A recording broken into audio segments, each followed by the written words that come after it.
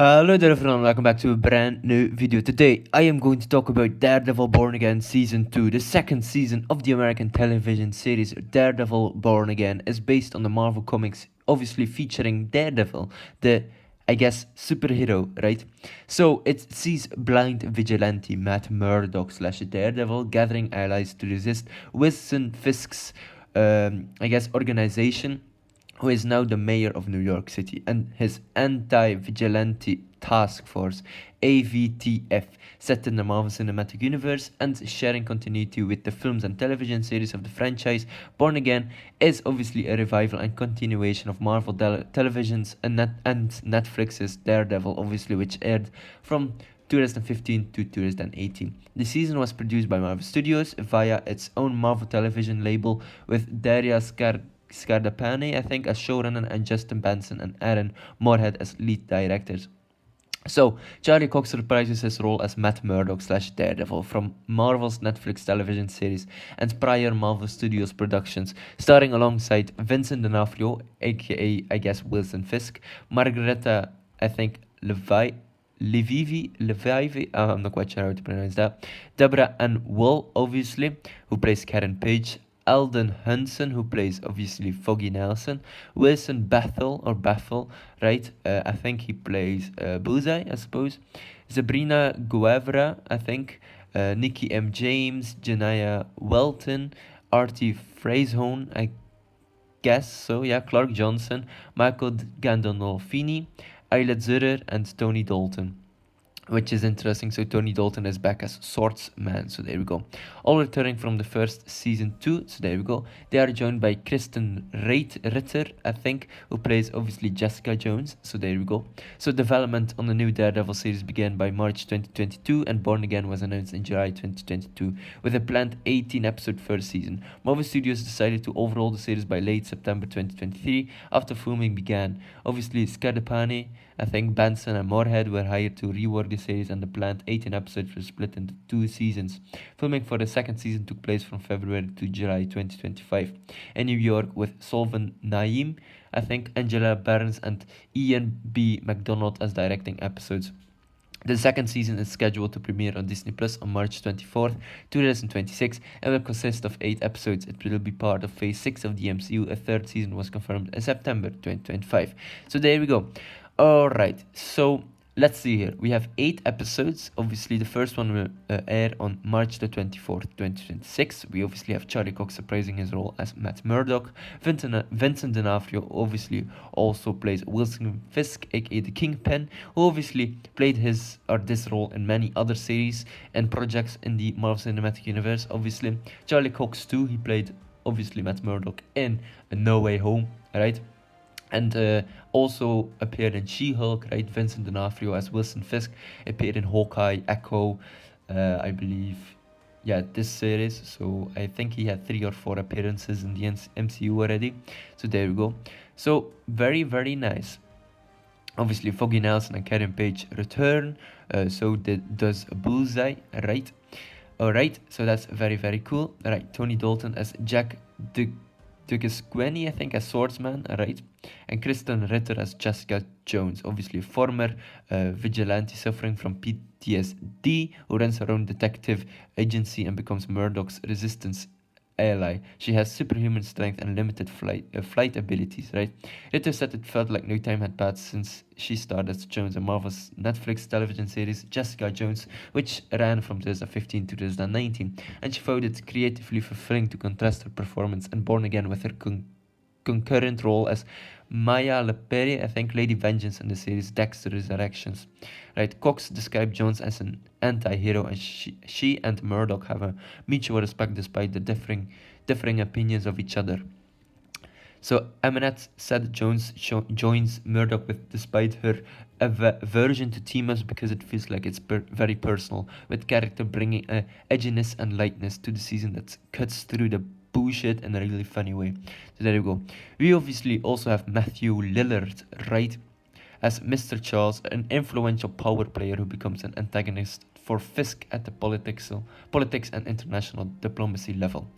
Obviously, very, very cool. We also have Lily Taylor as Marge Caffrey, I think, the governor of New York, was a political opponent to Fisk, right? Camila Rodriguez as Angelo Del Toro, the teenage niece of the vigilante Hector Ayla, I think White Tiger, who was assassinated in the first season. So yeah, she might obviously become White Tigress or White Tiger, I suppose. So there we go. Alright, and we also have additional actors cast in undisclosed roles, includes Sidney Para, Annie Perez, and James Armstrong. There are conflicting reports about whether or not John Berthel will reprise his role as Frank Castle / Punisher, right? So a reboot of Marvel's Netflix television series Daredevil was reported to be in development with Marvel Studios in March 2022, right?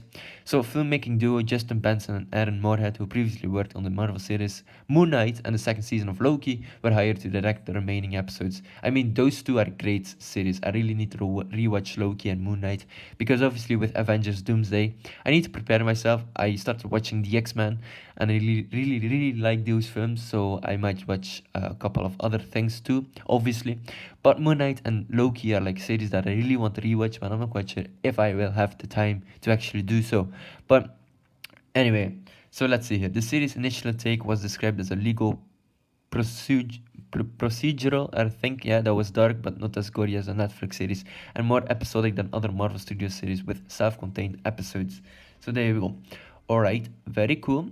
Scarpini described the second season as a part 2, building on what he had been working on with the first season, with visual cues, themes, and Easter eggs from the first seasons that pay off monstrously in the second season. He said Wilson Fisk is the prime villain of the series, but is also featured other antagonists would be piling up as the story continues, right?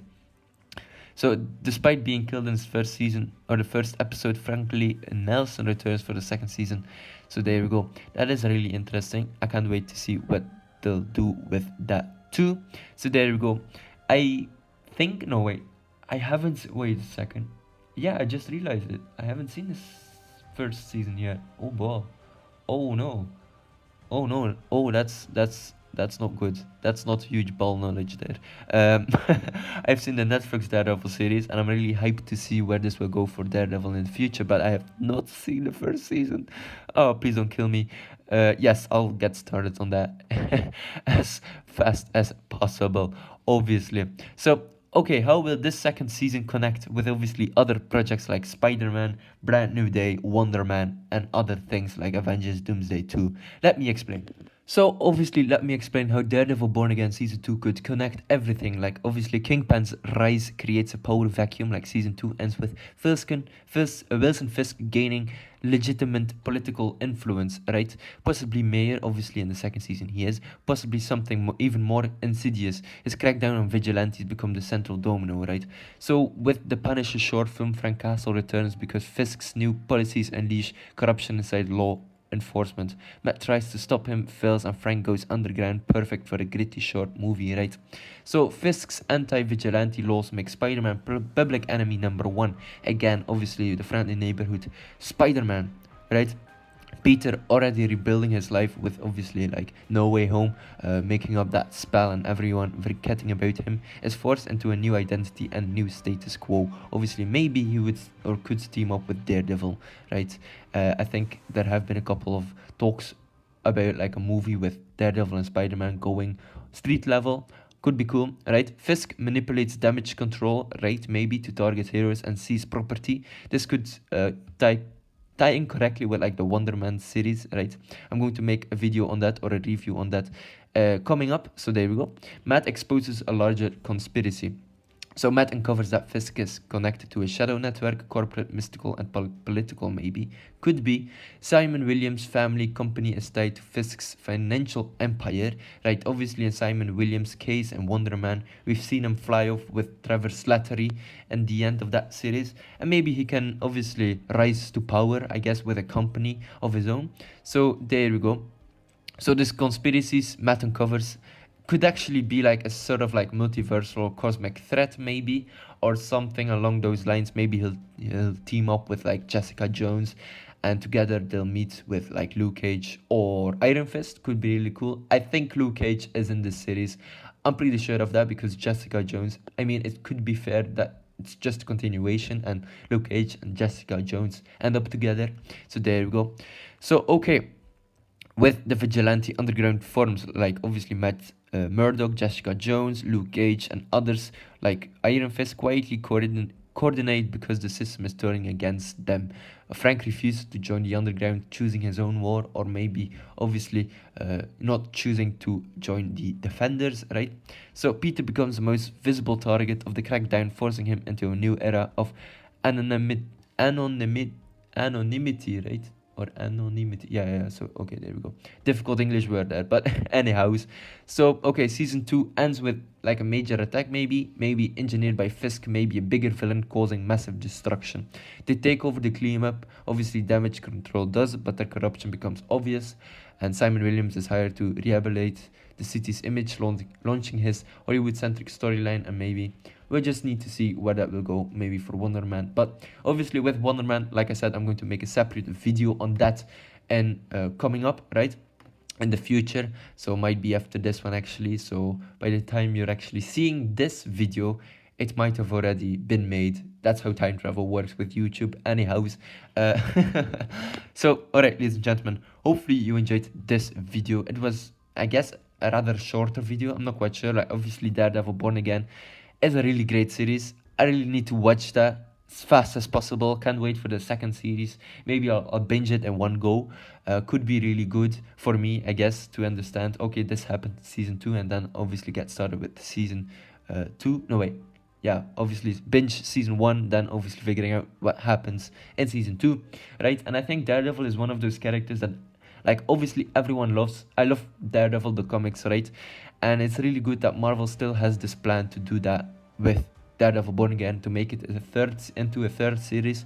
And maybe we'll see where that will go, because there are a couple of characters that I really want to see have a future in the MCU going forward. Obviously after Avengers Doomsday and Avengers Secret Wars, right?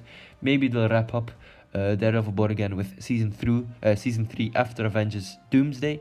But I'm not quite sure. I have no idea where this will go in the future. Obviously, like Avengers Secret Wars is like a universe reboot, so I'm not quite sure how they're going to do that, obviously.